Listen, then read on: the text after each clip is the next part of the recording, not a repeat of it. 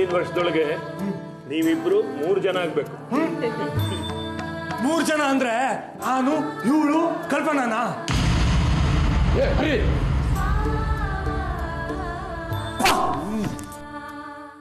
ಹರೇ ಸೀತಾ, ನೀನೇನು ಚಿಂತೆ ಮಾಡಬೇಡ. ಇವತ್ತೇ ರಸ್ತೆ ಮುಗಿಸ್ಬಿಡ್ತೀವಿ. ಯಾರ್ದು ಕಿರಿಕಿರಿ ಇಲ್ಲ, ರಗಳೇ ಇಲ್ಲ. ಅದೊಂದು ಕೆಲಸ ಮುಗಿದ್ರೆ ಸಾಕು. ಆಮೇಲೆ ನೋಡ್ತಾ ಇರೋ ಹರಿ ಖಂಡಿತ ಅರ್ಚನಾನ ಬಿಡಲ್ಲ. ಎಲ್ಲ ನಿನ್ನ ಕೈಯಲ್ಲಿದೆ ಅತ್ತಿಗೆ. ಇನ್ಮೇಲಂತೂ ಇವಳಿಗೆ ನೀನೇ ತಾಯಿ. ಹಾಂ ಸೀತಾ, ಅವಳು ನನಗೆ ಮಗಳೇ. ನೀನೇನು ಭಯ ಪಟ್ಕೋಬೇಡ, ನಾನಿದ್ದೀನಿ. ಮಗಳ ಜವಾಬ್ದಾರಿ ಮುಗೀತು ಅಂತ ನಿಮ್ಮ ಮನೇಲೆ ಕೂತ್ಕೊಂಡ್ಬಿಡ್ಬೇಡಿ, ಹಾಗಾಗಿ ಬರ್ತಾ ಇರಿ. ಅಯ್ಯೋ ಖಂಡಿತ ಅಣ್ಣ, ಇನ್ಮೇಲೆ ವಾರಕ್ಕೊಂದ್ಸಲ ನಾವಿಬ್ರು ಬಂದೇ ಬರ್ತೀವಿ. ಅಷ್ಟು ಮಾಡಿ. ಸರಿ ಬಾಬು, ನಾವಿನ್ ಬರ್ತೀವಿ. ಬರ್ತೀವಿ ಕಳಿಸ್ಬಿಟ್ಟು ಬರ್ತೀವಿ ಅತ್ತಿಗೆ.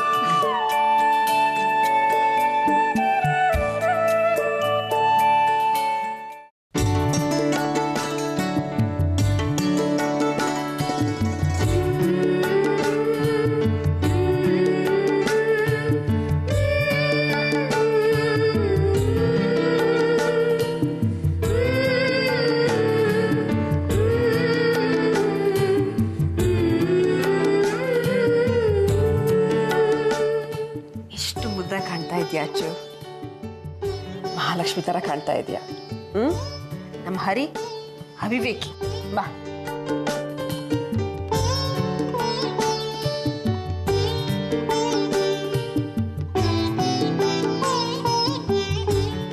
ಅತ್ತೆ, ನಿಮ್ಗೊಂದು ಮಾತು ಕೇಳ?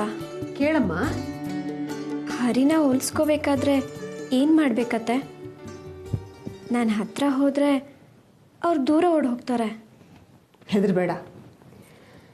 ಇವತ್ತು ಹರಿ ಈ ರೂಮಲ್ಲಿ ಉಳಿಯೋ ಹಾಗೆ ಮಾಡೋ ಜವಾಬ್ದಾರಿ ನನಗಿರಲಿ. ಅವನನ್ನು ಉಪಾಯವಾಗಿ ನಿನ್ನ ಹತ್ರ ಸೆಳೆಯೋ ಕೆಲಸ ಅದು ನಿಂದು. ಅದೇ ಅರ್ಥ ಆಗ್ತಿಲ್ಲ ಅತ್ತೆ. ಅವ್ರ ಆಸಕ್ತಿ ಏನು ಅಂತಾನೆ ನನಗೆ ಗೊತ್ತಿಲ್ಲ.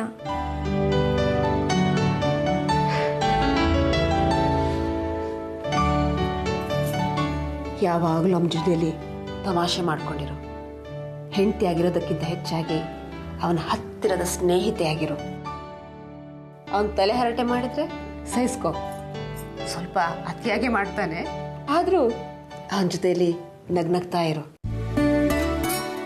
ಯಾವಾಗ ನೀನು ಅವನಿಗೆ ಹತ್ರದೋಳು ಅಂತ ಅನಿಸಿದ್ರೆ ಸಾಕು, ನಾವು ನಿಮ್ಮ ಮಾತು ಕೇಳೇ ಕೇಳ್ತಾನೆ. ಗೊತ್ತಾಯ್ತಾ? ನಮ್ಮ ಹರಿಗೆ ಆಟದ ಹುಚ್ಚು ಜಾಸ್ತಿ. ಒಂದೊಂದ್ಸಲ ರಾತ್ರಿ ಪರಮನ ಎಬ್ಸಿ ಮಕ್ಕಳ ಥರ ಗೋಲಿ ಬುಗುರಿ ಆಡ್ತಾನೆ. ಬ್ಯಾಟ್ ಬಾಲ್ ತಗೊಂಡ್ಬಂದು ನಮ್ಮನ್ನು ಎಬ್ಸಿ ಮಧ್ಯರಾತ್ರಿಲಿ ಆಟ ಆಡೋಣ ಬಾ ಅಂತಾನೆ. ನಿಮ್ಮ ಮಾವ ಎಷ್ಟೋ ರಾತ್ರಿ ಅವನ ಜೊತೆಲಿ ಆಟ ಆಡೇ ಕಳೆದಿದ್ದಾರೆ.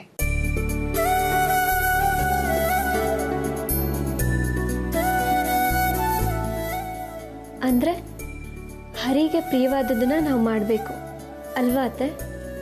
ಜಾಣೆ ನೀನು, ಎಷ್ಟು ಬೇಗ ಅರ್ಥ ಮಾಡ್ಕೊಂಡೆ. ಒಂದು ಮಾತು ನೆನ್ಪಿಟ್ಕೋ, ಹರಿ ಮನಸ್ಸು ಮಗು ಮನಸ್ಸು.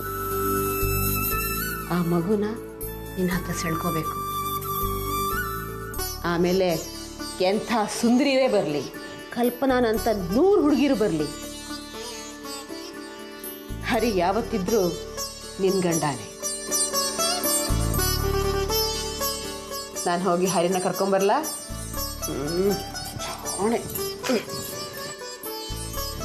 ಹಾಲೆಲ್ಲ ಇಲ್ಲೇ ಇದೆ.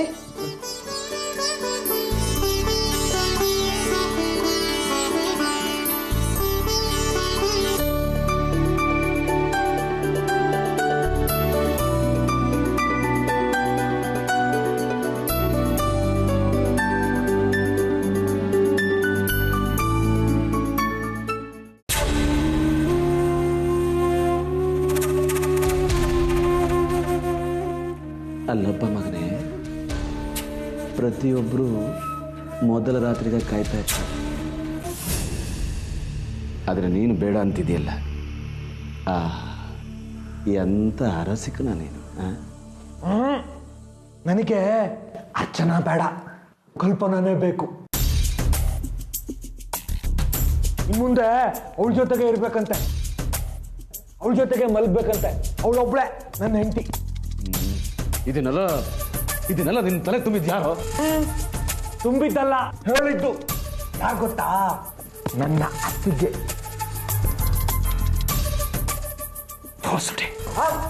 ಏನಂದ? ನಿನ್ನ ಅತ್ತಿಗೆ ಒಳ್ಳೆಯವಳು. ಸರಿ ಕೂತು. ನೋಡು ಹರಿ, ಒಳ್ಳೆ ಕುಟುಂಬದ ಹೆಣ್ಣನ್ನ ನಮ್ಮ ಕುಟುಂಬಕ್ಕೆ ಸೇರಿಸ್ಕೊಳ್ಳೋದೆ ಮದುವೆ. ಕಲ್ಪನಾ ಕುಟುಂಬ ಒಳ್ಳೇದಲ್ಲ. ಒಳ್ಳೇದಲ್ಲ ಅಂದ್ರೆ ಕೆಟ್ಟದ್ದಾ? ಗೊಬ್ಬರ ಹೇಗೆ? ಅವರು ದೇವದಾಸಿ ಜನ. ದೇವದಾಸಿ ಆದ್ರೆ ಏನಾಯ್ತು? ಅವಳು ಸರಿ ಅಲ್ಲ. ಕಲ್ಪನಾ ನಂಗೆ ಸರಿ ಇದ್ದಾಳೆ. ನಿಂಗೆ ಸರಿ ಇಲ್ಲ.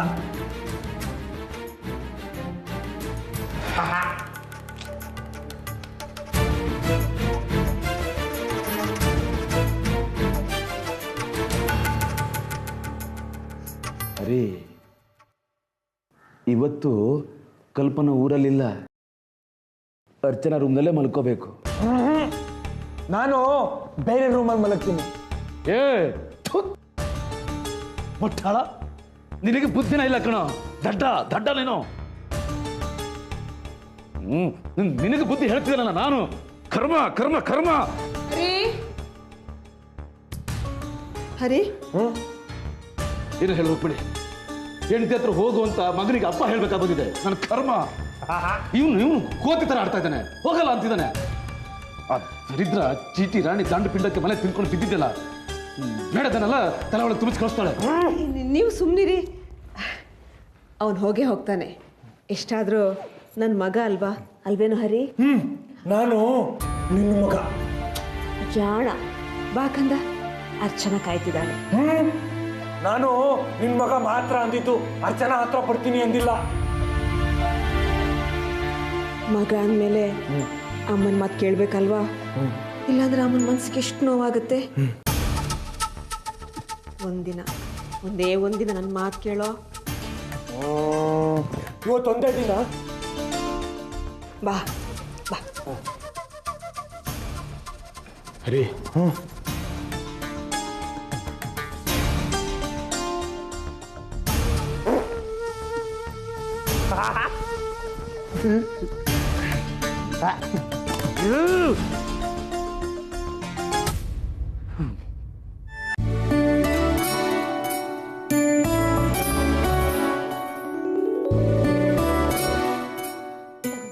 ಹಾಲು ನಾನು ಕುಡಿಲ್ಲ.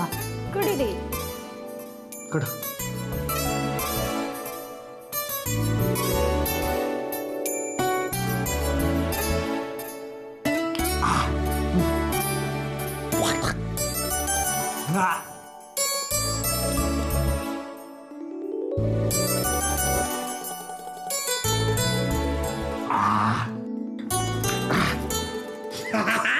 ಖಾಲಿ ನಿಂಗಿಲ್ಲ.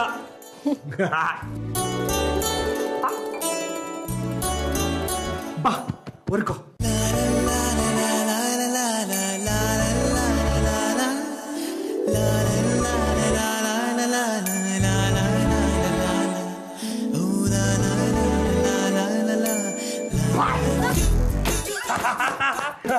ನೀ ಸೋತೆ. ಹರಿ, ನೀವ್ ಹಾಗೆಲ್ಲ ಮಾಡಬಾರ್ದು. ಮತ್ತೇನ್ ಮಾಡ್ಬೇಕು? ಬನ್ನಿ. ಎಲ್ಲಿ? ನನ್ ಪಕ್ಕ ಬನ್ನಿ.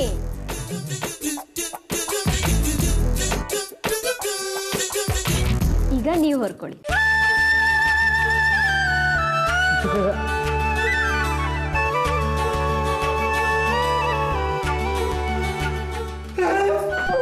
ಹರಿ,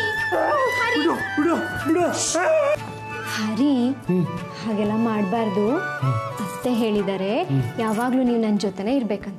ಇರಲ್ಲ ಅಂತ ನಿಮ್ಮ ಅತ್ತೆಗೆ ಹೋಗಿ ಹೇಳು. ಹರಿ, ನಾನು ನಿಮ್ ಹೆಂಡತಿ. ನೀನು ನನ್ನ ಮಾವನ ಮಗಳು ಅಷ್ಟೇ. ಹಾಗಾದ್ರೆ ನಾನು ನಿಮ್ ಹೆಂಡತಿ ಅಲ್ವಾ? ಹರಿ, ಇಲ್ಲಿ ತಲೆ ಇಟ್ಕೊಳ್ಳಿ.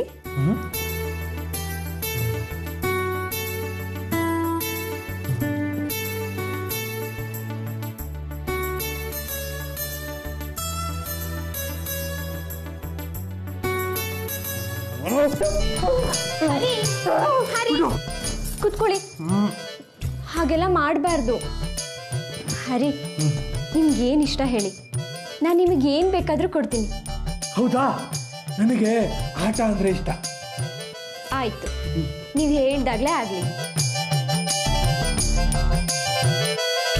ಯಾವ ಆಟ ಆಡೋಣ? ಹರಿ, ನನಗೆ ಕಣ್ಣ ಮುಚ್ಚಾಲೆ ಆಟ ಅಂದರೆ ತುಂಬ ಇಷ್ಟ.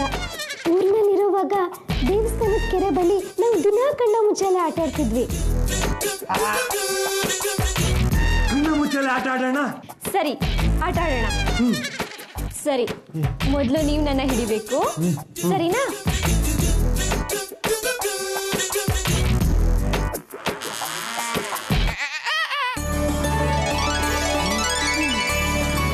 ಕಣ್ ಕಟ್ತೀನಿ.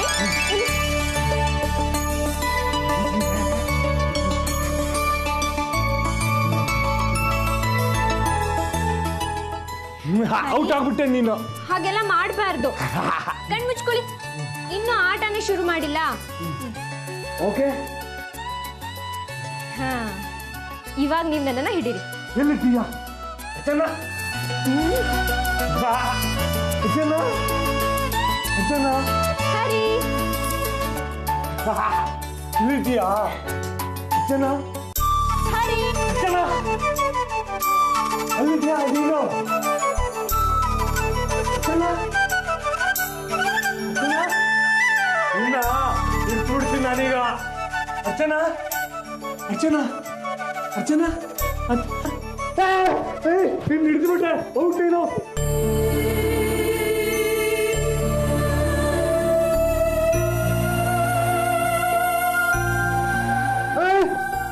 ನಾನು ನಿನ್ ಮುಟ್ಬೇಕು. ನೀನ್ ಯಾಕೆ ನನ್ನ ಹಿಡ್ಕೊಂಡೆ? ನೀನು ಸೋತ್ಬಿಟ್ಟೆ. ನೀನ್ ಸೋತೆ, ನೀನ್ ಸೋತೆ, ನಾ ಗೆದ್ದೆ. ನೀನು ಸೋತೆ, ನಾನು ಗೆದ್ದೆ. ಪಾಪ ಪಾಪ ಪಾಪ ಕೂತ್ಕೋ. ಇಷ್ಟೋ ತನಕ ಕಷ್ಟಪಟ್ಟು ನಾನು ನಿನ್ನ ಹುಡುಕಿಲ್ವಾ, ಹಾಗೆ ನೀನು ನಾನು ಹುಡುಕ್ಬೇಕು. ನೀನ್ ಬಟ್ಟೆ ಕಟ್ತೀನಿ, ಆಯ್ತಾ? ಬೇಡ ಹರಿ, ಈ ಆಟ ಸಾಕು. ಬೇಡ ಬೇಡ,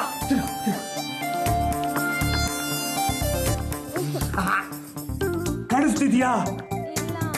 ಇದೆಷ್ಟು? ಗೊತ್ತಿಲ್ಲ ಹರಿ. ಹುಡ್ಕೋ, ಬಾ ಬಾ. ಅಚ್ಚನ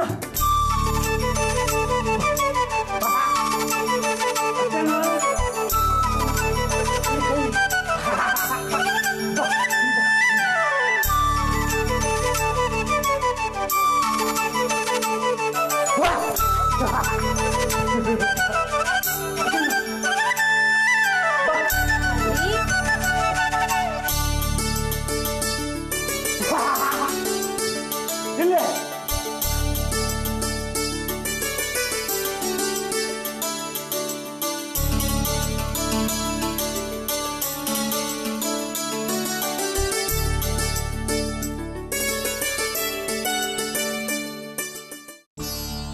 ಏನು ತೊಂದರೆ ಇಲ್ಲ ತಾನೆ? ಹರಿ ಏನು ಅಂತ ನನಗೆ ಗೊತ್ತು ರೀ. ರೂಮ್ ಒಳಗೆ ಹೋಗೋವರೆಗಷ್ಟೇ ಅವನ ಹಠ. ಅರ್ಚನಾಗೆ ಎಲ್ಲ ಹೇಳಿದ್ದೀನಿ. ಹರಿ ಇನ್ನೇನು ತರಲೆ ತೆಗಿತಾನಂತ ಹೆದರಿಕೆ ಆಗಿತ್ತು.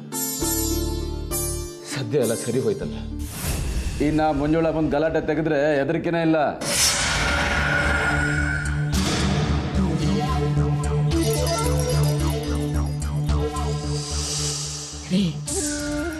ಕಲ್ಪನಾ ಬಂದ್ಲು.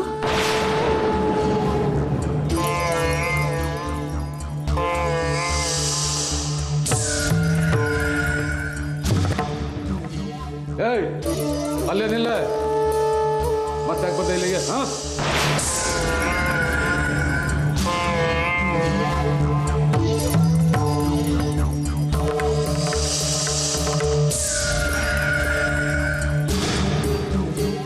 ಅತ್ತೆ, ಈಗ ಈ ರೀತಿ ಪ್ರಶ್ನೆಗಳು ಬೇಡ. ಬನ್ನಿ. ನಮಸ್ಕಾರ. ನಿಮ್ಗೆ ಆಶ್ಚರ್ಯ ಆಗ್ಬೋದು, ನೀವು ನನ್ನನ್ನು ನೋಡ್ತಾ ಇರೋದು ಇದೇ ಮೊದಲು. ನಾನು ಜಯಂತ್ ಅಂತ, ಪ್ರಣವ್ ತಂದೆ. ಈಕೆ ಭಾರತಿ ಪ್ರಣವ್ ತಾಯಿ. ಅತ್ತೆ ಕೂತ್ಕೊಂಡು ಮಾತಾಡೋಣವಾ? ಬನ್ನಿ.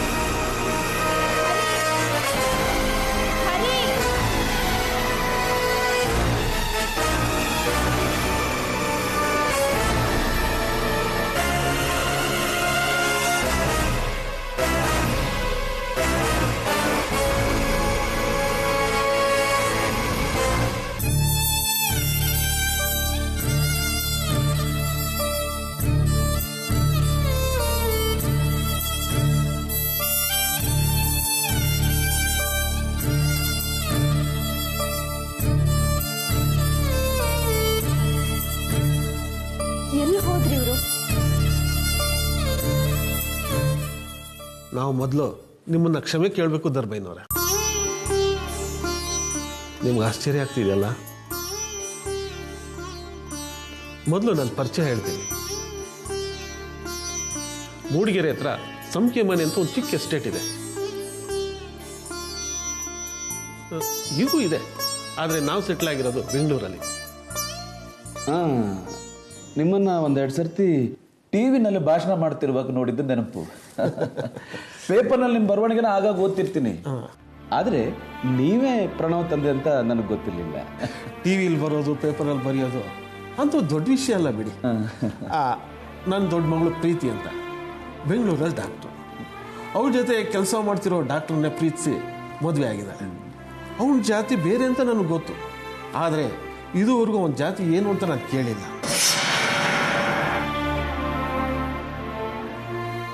ಅದರ ಅಗತ್ಯನೂ ಇಲ್ಲ, ಅದರ ಮೇಲೆ ನಂಬಿಕೆನೂ ಇಲ್ಲ.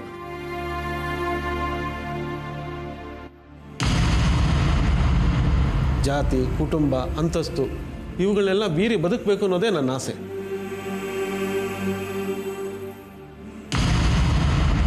ಸಾಧ್ಯ ಆದಷ್ಟು ಮಟ್ಟಿಗೆ ಅದನ್ನು ನಾನು ಫಾಲೋ ಮಾಡ್ತಾ ಇದ್ದೀನಿ.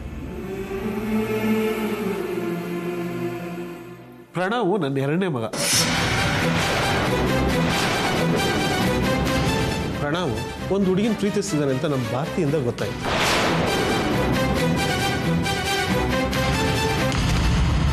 ಸದ್ಯದಲ್ಲಿ ನನ್ನ ಹತ್ರ ಪ್ರಸ್ತಾಪ ಮಾಡ್ತಾನೆ ಅಂದ್ಕೊಂಡಿದ್ದೆ, ಮಾಡಲಿಲ್ಲ. ಆ ಹುಡುಗಿ ನಿಮ್ಮ ಮಗಳು ಅಂತ ನಂಗೆ ಇವತ್ತೇ ಗೊತ್ತಾಗಿದ್ದು.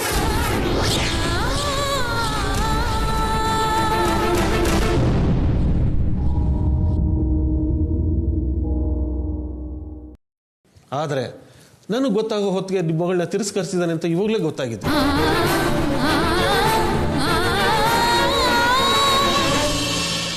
ತುಂಬ ನೋವಾಯಿತು. ಧರ್ಮಯ್ಯನವರೇ, ಈ ವಿಷಯ ಗೊತ್ತಾಗಿದ್ದು ನನ್ನ ಮಗನಿಂದಲ್ಲ, ಈ ನಿಮ್ಮಿಬ್ಬರು ಸೊಸೆಯಂದಿರಿಂದ. ಇಂಥ ಕಾಲದಲ್ಲಿ ಇಂಥ ಸೊಸೆಯಂದಿರು ಇರ್ತಾರೆ ಅಂದರೆ ಆಶ್ಚರ್ಯ.